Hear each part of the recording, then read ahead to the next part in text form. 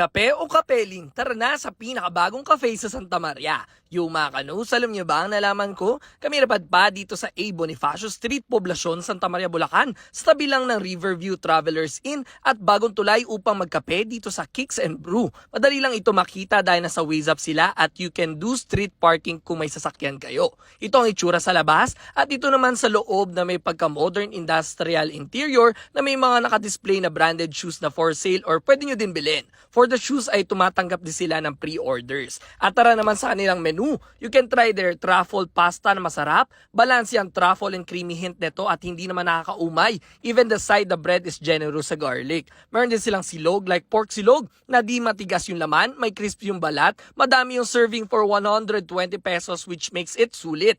And appetizers like spam fries lalo na kung mahilig ka sa spam. For the drinks naman, you can go with the Pinoy favorites like itong caramel macchiato. For non-coffee, bestsellers itong Biscoff latte sa mahilig sa Biscoff, while Nutella latte naman na perfect sa mahihilig sa chocolate, and in fact, hindi ito sobrang tamis. You'll go with matcha latte naman na nandun ng tapang na lasang damo with a creamy taste. And for blended drinks, go with their Biscoff Frap and Nutella Frap na patok din sa masa.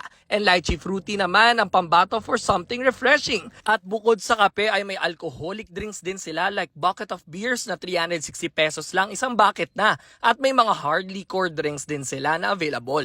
Walang problema kung malasing ka dahil pwede ka mag-check-in sa katabi nilang Riverview Travelers Inn na mura lang ang rates. Meron din silang free wifi kaya pwede ka din mag-work dito at pet-friendly naman sila. Open sila from 12 p.m. to 12 midnight every day. So ano pa hinihintay nyo? Tara na dito sa Kicks and Brew sa Santa Maria, Bulacan. Let's go!